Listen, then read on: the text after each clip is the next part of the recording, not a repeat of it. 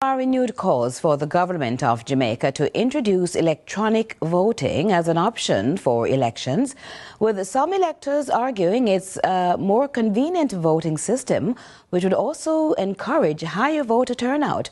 Amoy Harriet tells us more. It's almost that time again. The country is mere months or weeks away from the next general election, and many Jamaicans are bracing for the usual wave of political excitement.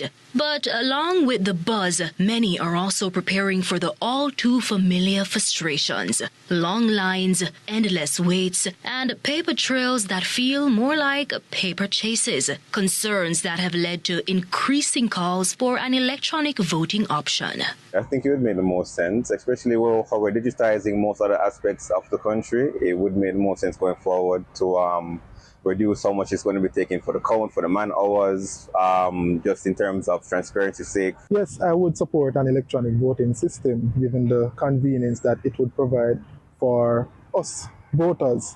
Is it a good idea? Security-wise, maybe not, but it would encourage persons to vote because people are always on the go.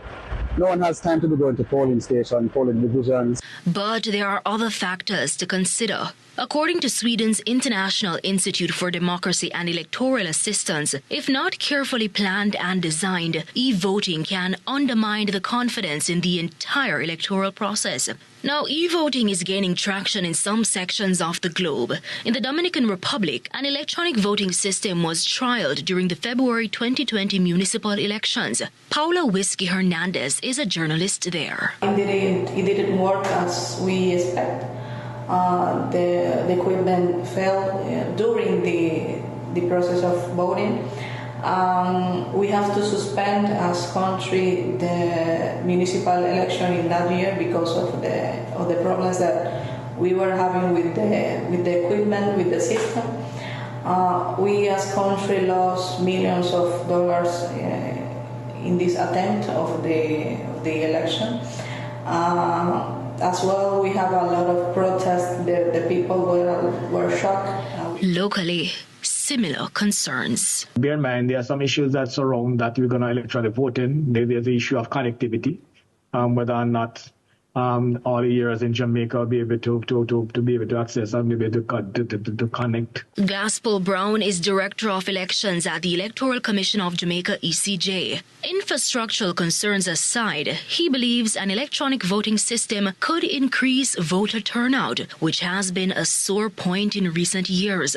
In the 2020 general elections, the country recorded the lowest voter turnout in recent history, with only about 37% of registered voters showing up to polling stations. Certainly, in my personal view, it will attract most of the younger persons who are more inclined to use these electronic gadgets and etc. to be a part of what they do.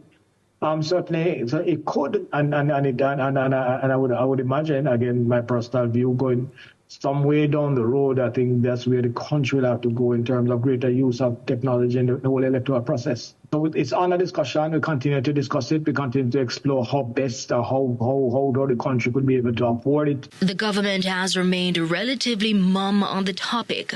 In 2020, Marlene Malahoo Ford, who at the time was the outgoing Attorney General, said discussions were needed for more voting options to be made available to electors. Her comments followed the general election that was held in the height of the COVID-19 pandemic. Now, our newsroom tried to revisit the conversation with Mrs. Malahoo Ford, who is now the Minister of Legal and Constitutional Affairs. She initially showed interest in an interview, but has since stopped returning our calls and messages. Now it's left to be seen whether Jamaicans will in the near future trade strolling to the polls for scrolling to vote. Amoy Harriet, CVM News.